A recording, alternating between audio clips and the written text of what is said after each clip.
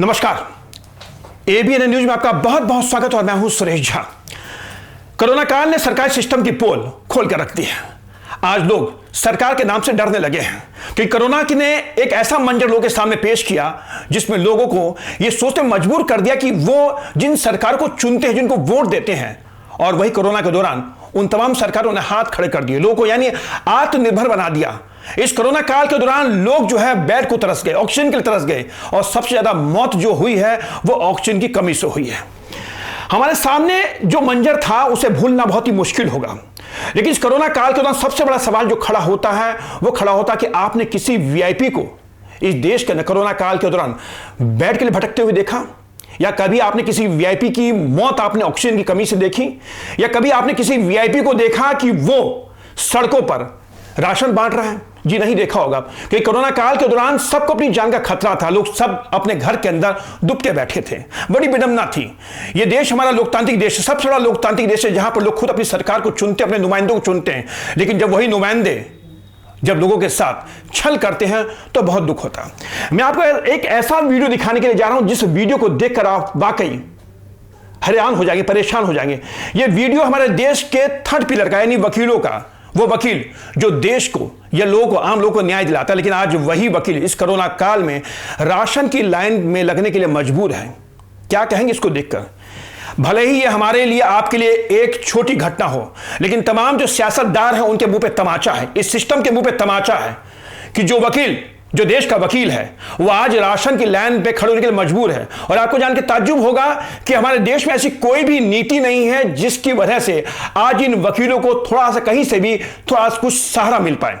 और यही मजबूरी है कि ये वकील आज राशन के लिए लाइन में खड़ा है। कितनी अजीब सी विडंबना है कि जब वोट लेने आते हैं तो जब हम वकीलों के लिए उनसे मदद मांगते, वकीलों के लिए बड़ी चौड़ी लंबी बातें करते, लेकिन जब इस कोरोना काल के दौरान जब वकीलों के लिए बात हुई तो आपने वकीलों को बेसहारा छोड़ दिया। आज वही वकील जो है आज लाइन में राशन की लगा हुआ है, क्या करे, बेबसी है।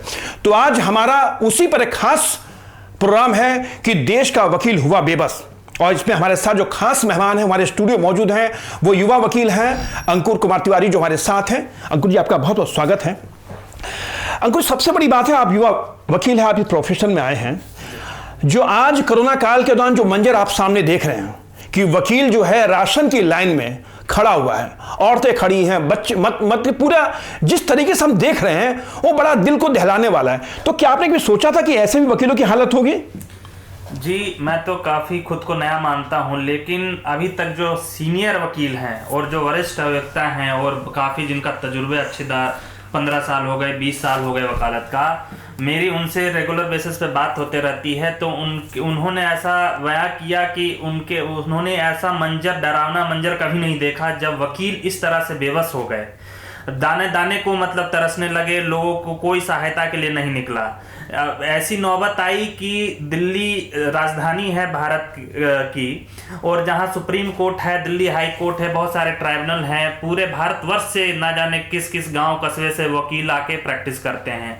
कोरोना काल ने इन वकीलों को मजबूर कर दिया और अपने छोटे छोटे गांवों में लौट गए। इनका रोजी रोटी का कोई साधन नहीं था, धक्के खाते गए और इन पे कोई रहम नहीं आई। लोग किसी तरह से मदद, ना आर्थिक ना किसी तरह की सहायता किसी को नहीं मिली। वकीलों को कोई आर्थिक मदद नहीं मिली, ये बड़ी ही अजीब विडंबना है। बड़ा दुर्भाग्य कि इस वीडियो को देखकर वाकई मन विचलित होता है कि ये वो वकील है जो लोगों को न्याय दिलाने का काम करता है। और हमारे देश में जो ये जो वीडियो जो आया है, ये कहीं ना कहीं हमारे देश की छवि को बड़ा खराब करता है। हमारे सियासतदार जो है, भले ही उनको ये वीडियो का आम लगे, लेकिन कहीं ना कहीं उनके मुंह पे एक बड़ा तमाचा है कि देश का वकील आज राशन की लाइन में है, जो गुहार कर रहा सरकार से। क्या आपको लगता नहीं अंकुर जी कि कहीं ना कहीं सरकार को एक ऐसी नीति बनानी चाहिए थी ताकि अगर कोई विपदा देश पे आती है तो वकील, खासकर जो वैसा तबके का वकील है, उसको आप कम से कम एक सहारा तो दे सकें, और आपने मजबूर कर दिया वकील राशन की लाइन में खड़ा हुआ। कितना बड़ा दुर्भाग्य है ये। विपदा की बात देखिए, बात सिर्फ विपदा की नहीं है, ऐसे भी बहुत सारे ऐसे संकट आते हैं जहां वकीलों की आवाज सुनाई नहीं देती, लोग सुनते नहीं, ना तो सरकार सुनती है ना तो दूसरे कोई सुनते हैं, और इसमें वकील बहुत मजबूर हो जाते हैं। और ये विपदा कोरोना ने एक तरह से सिस्टम को खोल के रख दिया कि देखो कैसे काला कोर्ट को जो दुनिया सलाम करती थी, लोगों के लिए, न्याय के लिए दिन रात वकील मेहनत करते थे, आज वो इस पोजीशन पे आ गए गए कि वो राशन के लिए लाइन लगने लग गए, बेसिक खाने के लिए, पीने के लिए, उनको दवाइयां के लिए लाइन पे लगना पड़ा। तो इससे बड़ा बेबस, भारत को आजाद हुए 70 साल हो गए और वकील अगर लाइन पे लगने लगे 70 साल के बाद, तो बहुत दुर्भाग्य की बात है भारत के लिए। अंकुर जी, आप भी जब इस प्रोफेशन में आए हैं तो कुछ सोच के आए होंगे, लेकिन आपने 2020 का मंजर देखा, 2021 का देखा, लेकिन क्या लगता है कि अब आपकी हिम्मत है कि इसमें आप वकालत का काम कर सकें? ये एक काफी डरावना मंजर है और इससे मेरी तो रोंगटे खड़े हो गए। और जितने भी वकील थे इस प्रोफेशन को छोड़ने की नौबत पे आ गए, वो कई ने तो छोड़ भी दिया और दूसरे पेशे में, ताकि उनकी रोजी रोटी चल सके।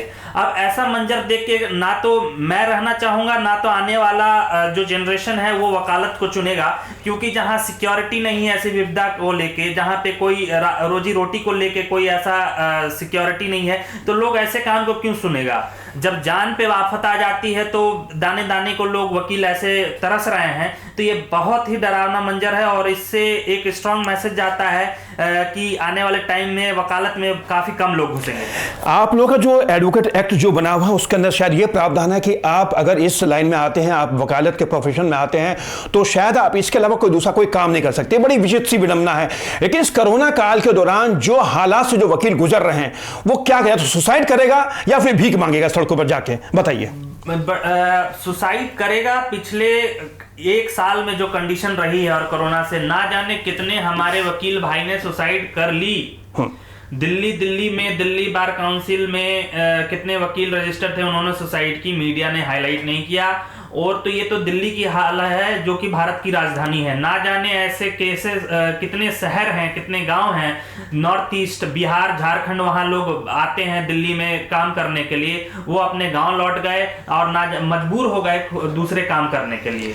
आप जी बिल्कुल। हाँ, तो इसमें ऐसा कुछ प्रावधान होनी चाहिए कि वकील प्रोफेशन में आते ही पैसे कमाना नहीं शुरू कर देते। तो इनिशियल स्टेज पे जो भी सहायता हो सके, बार काउंसिल तो करती ही है, लेकिन वो संपूर्ण नहीं हो पाता है। तो ऐसे सिचुएशन में मैं चाहता हूं कि जो सरकार है, राज्य सरकार है, वो खुल के आए और ऐसे हमारे वकील भाइयों के लिए सहायता करे। बेस्ट से बेस्ट कॉपी किताबों पे ना करे, पेपर पे ना करे, रियल में, ताकि सहायता उनके घर तक जाके। लेकिन अगर आपके एक्ट में अगर प्रावधान है कि आप सिर्फ वकालत के अलावा कोई दूसरा काम नहीं कर सकते, क्या आज के मौजूदा दौर में हम जो देख रहे हैं, जो मंजर देख रहे हैं, क्या उसमें तब्दीली आनी जरूरी है? ताकि वकीलों कम से कम, ठीक है आप कुछ मदद नहीं कर सकते, सरकार मदद नहीं कर सकती, तो कम से कम आप उनको दूसरा काम करने के लिए बाध्य तो मत करिए, उनको ये तो रोकिए तो मत कि हम तो दूसरा काम करने के लिए उनको आजादी तो दीजिए। बिल्कुल बिल्कुल, मैं आपकी बात से पूरी तरह से सहमत हूं। ऐसे विपदा में हमें ऐसी चीजें अलाउ करनी चाहिए जहां पर वकील अपनी रोजी रोटी एक इज्जतदार की तरह कमा सके और दूसरा काम कर सके। वरना कोई भी भूखे तो नहीं मर सकता, उनके परिवार हैं, उनकी जिम्मेदारियां हैं, तो वो सारे कौन पूरे करेगा? तो ऐसा संशोधन होना चाहिए ऐसी विपदा में, जहां वकीलों को ये करे, परमिशन दे सरकार, दे एक्ट में, कि वो दूसरा काम कर सकें और अपना जीवन चला सकें।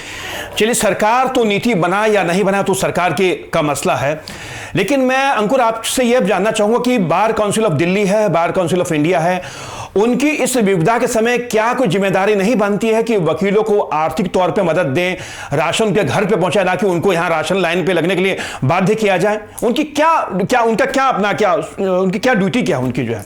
आपकी बात से पूरी तरह से मैं सहमत हूं, क्योंकि हर साल लाखों लाख वकील एनरोल करवाते हैं दिल्ली बार काउंसिल में।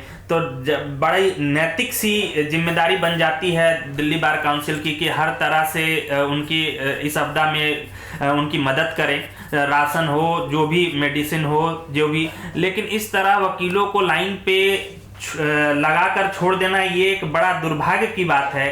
हमारे जितने सीनियर वकील हैं, जितने बड़े बड़े जिनकी 20 साल की वकालत हो गई, वो लाइन पे लगने को मजबूर हो गए, तो समझ लो उनके घर की क्या पोजीशन होगी और उनका दर्द कौन सहेगा? वो भी तो आखिरकार एक इंसान है, उनके घर में भी लोग हैं, उनकी जिम्मेदारियां हैं। तो वो सारे दुख को देख के मेरे आंखों में आंसू आ जाती है और मैं सोचने में मजबूर कर जाता हूं कि मतलब ऐसा क्या भगवान ने ऐसे सिचुएशन में वकीलों का कोई सहारा नहीं मिला और सरकार भी इसमें खुल के हाथ सहायता नहीं कर रही है। देखिए अंकुर जी, आप युवा वकील हैं और आज जो आप हमारे इस प्रोग्राम में बैठे हैं, तो कहीं ना कहीं जब ये लोग प्रोग्राम देखेंगे तो शायद हो सकता है बड़ा भयावह हो, क्योंकि हम इस प्रोग्राम में ऐसा इशू उठा रहे हैं तो वकीलों को कहीं ना कहीं झकझोर के रख देगा, सरकार को झकझोर के रख देगा। मेरा सबसे एक बड़ा प्रश्न ये है आपसे कि सरकार के जो नुमाइंदे होते हैं, खासकर दिल्ली सरकार की बात करें, किसी राज्य सरकार की बात करें, क्योंकि ये ऐसा प्रोफेशन है नेतागिरी का जहां पर कोई डिग्री की जरूरत नहीं होती है। यहां पर आप आइए, अनपढ़ हैं तो और अच्छी बात है, अगर आप क्रिमिनल हैं तो और भी अच्छी बात है। आप यहां पे आइए, आप खड़े होइए, चुनाव जीतिए, उसके बाद आपके पास कुर्सी आ जाएगी।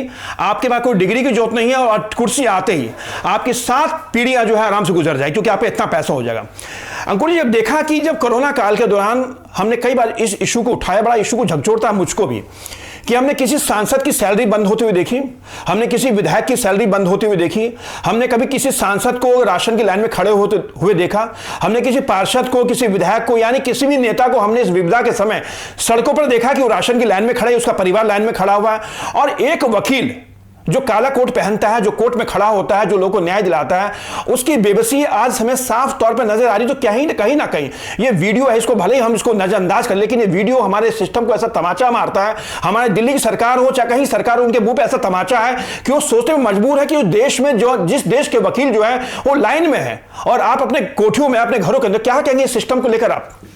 ये बड़ी दुर्भाग्य की बात है कि जब वकील जैसा वर्ग, जिसको हम लोग बड़े थर्ड पिलर जुडिशियरी को कहा जाता है, जहां पर वकील न्याय दिलवाता है लोगों को, और वकील लाइन पे लगने पे मजबूर हो जाए। और ऐसे ऐसे वीडियो जो आ रहे हैं बड़ी डरावनी सी हैं, और ना जाने ऐसे कितने वकील हैं जो उन्होंने अपना प्रोफेशन छोड़ दिया और जो नेता पॉलिटिशियंस की बात करते हैं उसका 5 नया भी मेहनत नहीं करते जितना वकील करते हैं, चाहे वो निचली वर्ग की सहायता के लिए हो या फिर किसी तरह का भी हो। तो वकील खुलकर आता है, साथ में आता है, और कोई भी संकट हो उसमें वकील सबसे पहले आते हैं समाज का काम करने के लिए या फिर कोई भी काम के लिए। तो अब लेकिन इसी ऐसी विपदा में वकीलों को भगवान भरोसे छोड़ देना, ये खुद में एक सरकार के लिए बहुत बड़ी शर्मिंदगी की बात है, चाहे वो दिल्ली सरकार की बात करो या दूसरे राज्य की सरकार की बात करो।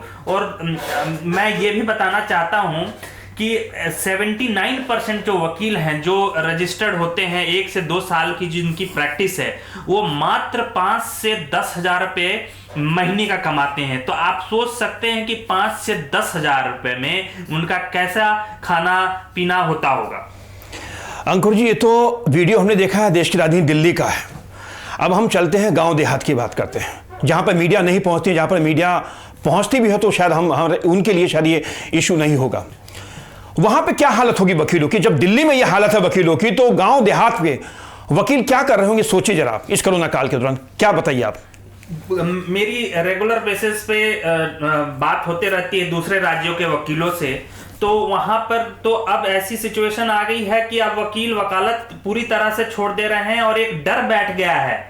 लोग दूसरा कोर्स कर लेंगे, बोलेंगे कि इस भारत जैसे देश में कोई क्रिमिनल बन जाए लेकिन लोग वकालत नहीं चुनेंगे, क्योंकि ऐसी भूखमरी और ऐसी लाचारी को देखते हुए कोई भी वकालत नहीं चुनेगा। और गांव देहात में जो हम मीडिया नहीं पहुंच पा रही, जहां उनके मुद्दे को अच्छे से रख नहीं पाया जा रहा है, वहां बहुत बद से बद, यानी भयावह स्थिति होगी, बहुत डरावनी स्थिति है। और वहां पे कोई किसी प्रकार की सहायता नहीं पहुंच रही। हमारे झारखंड के देख लीजिए, बिहार के देख लीजिए, नॉर्थ ईस्ट के जितने भी हैं, वहां पर वकील धक्के खा रहे हैं। जो नए नौजवान हैं उन्हें पता नहीं चल रहा है कि अब करे भी तो करे क्या।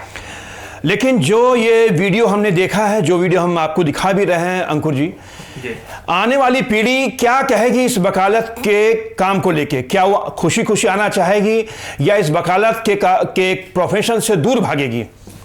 ये ऐसे वीडियो देखते हुए जो आने वाला जनरेशन है, कहीं ना कहीं वो डर जाएगा और डरा हुआ भी है। और कोई भी अभी भी ऐसे ना जाने कितने मित्र हैं जो वकालत में हैं, लेकिन वो नहीं चाहते कि उनका आने वाला जनरेशन इस प्रोफेशन को कंटिन्यू करे। वो चाहेंगे कि किसी प्राइवेट सेक्टर में जॉब करे, किसी दूसरे काम में लग जाए, लेकिन वकालत में ना आए, क्योंकि यहाँ पे इनसिक्योरिटी बहुत ज़्यादा रहता है, यहाँ पे रिस्क बहुत ज़्यादा रहता है और आमदनी का सोर्स काफ़ी कम रहती है। और ऐसे विपदा में जब आप देख ही रहे हैं कि किस तरह से सिस्टम खुलकर सामने आ गया है, और वकीलों को भगवान के भरोसे एक तरह से बेसहारा कर दिया गया है। वहां पे उनकी कोई भी बात नहीं सुनी जा रही है। ये बताएं अंकुर जी, हमें जो जानकारी मिली है, हो सकता है जान के गलत भी हो, हमें पता चला है कि इस कोरोना काल के दौरान जो कोरोना की फर्स्ट लहर शुरू हुई थी उसमें भी कोर्ट बंद थे, वकीलों का जो हाल था वो किसी से छिपा नहीं था। कई वकीलों ने जो है सुसाइड तक कर लिया। कोरोना की दूसरी लहर तो बहुत ही खतरनाक थी, बहुत ही भयावह थी, जहां पे लोग जो है इस कदर मरे हैं जैसे कि कह सकते हैं कि जैसे सब्जियां कटती है उस हिसाब से लोग मरे हैं। हमें पता चला कि कुछ वकीलों ने यहां तक रिक्शा चलाना शुरू कर दिया है, सब्जी बेचना शुरू कर दिया, यानी ऐसा काम शुरू कर दिया है जो शायद बहुत ही शर्मनाक हो। लेकिन ये पेट की आग है, पेट की आग को बुझाने के लिए आदमी क्या कर नहीं कर गुजरता है। ये बात क्या सही है? बिल्कुल बिल्कुल सही है। बहुत सारे वकील जो हैं जो कि दूसरे काम में लग गए। अब बात रोजी रोटी की है तो रोटी के लिए कुछ ना कुछ काम तो करना ही पड़ेगा। तो बहुत सारे ऐसे वकील जो दिल्ली में प्रैक्टिस करते थे, राजधानी में प्रैक्टिस करके अपना किसी तरह गुजारा करते थे, वो मजबूर हो गए, अपना बैग पैक करके अपने छोटे शहरों में जाके बस गए और छोटे मोटे काम करने लगे ताकि उनका रोटी चल सके। चलिए अंकुर जी, आपका बहुत बहुत धन्यवाद। ये था हमारा खास प्रोग्राम, ये कैसा दुर्भाग्य है कि वकील राशन की लाइन में। फिल्मों में हम जब किसी वकील को देखते तो बड़ा अच्छा लगता है कि वकील किस तरह से बहस करता है और वो अपने सामने वाले को चारों खाने चित कर देता है। तो कुछ लोग तो फिल्म देखकर भी वकीलों की जो रूपरेखा जो पेश की जाती है बड़ी अच्छी लगती है देखने में, वकील बड़ा दमदार दिखता है और जो उसकी लाइफस्टाइल को दिखाया जाता है उससे और भी चकाचौंध हो जाते हैं। लेकिन कोरोना काल के दौरान जो कुछ सामने जो आया है उसने वकीलों की हकीकत खोल के रखती है। वकील आज किस दौर से गुजरा, किस हकीकत में है, ये आज किसी से छिपा नहीं है। आज वकील 2 वक्त की रोटी को तरस रहा है। आज वो वकील देश का राशन के लिए लाइनों में खड़ा हुआ है। हम वीडियो बनाते हैं, वीडियो को फेसबुक पे डालते हैं, सोशल मीडिया पे डालते हैं। ये कोई अच्छी बात नहीं है, ये कोई हमारे लिए तमाशा नहीं है। ये तमाशा उन लोगों के लिए है जो लाइनों में खड़े हुए हैं और ये हमारे सिस्टम को, हमारी सरकार के मुंह पे एक तमाचा है। आप भले ही कितने ही आप चुनाव जीत लें, लेकिन चुनाव जीतने का मतलब यह नहीं होता कि आप अपने देश के लोगों को बेसहारा छोड़ दें। आप उस तबके को बेसहारा छोड़ दें जो तबका कहीं ना कहीं आज हमारे देश में एक थर्ड पिलर कहा जाता है, लेकिन आपने उसको बेसहारा छोड़ दिया है। आपको नेताजी अपनी तो पूरी चिंता रहती है, लेकिन आपको उस वकील के बारे में सोचना चाहिए जो वकील आज लाइनों में खड़ा, राशन की लाइन में खड़ा है और उसका वीडियो जो वायरल हो रहा है, जो हम देख रहे हैं, वो कहीं ना कहीं बहुत ही शर्मनाक करने वाला है। तो यह था हमारा खास प्रोग्राम। आपको कैसा लगा हमें अपने कमेंट्स के जरिए जरूर बताइएगा। नमस्कार।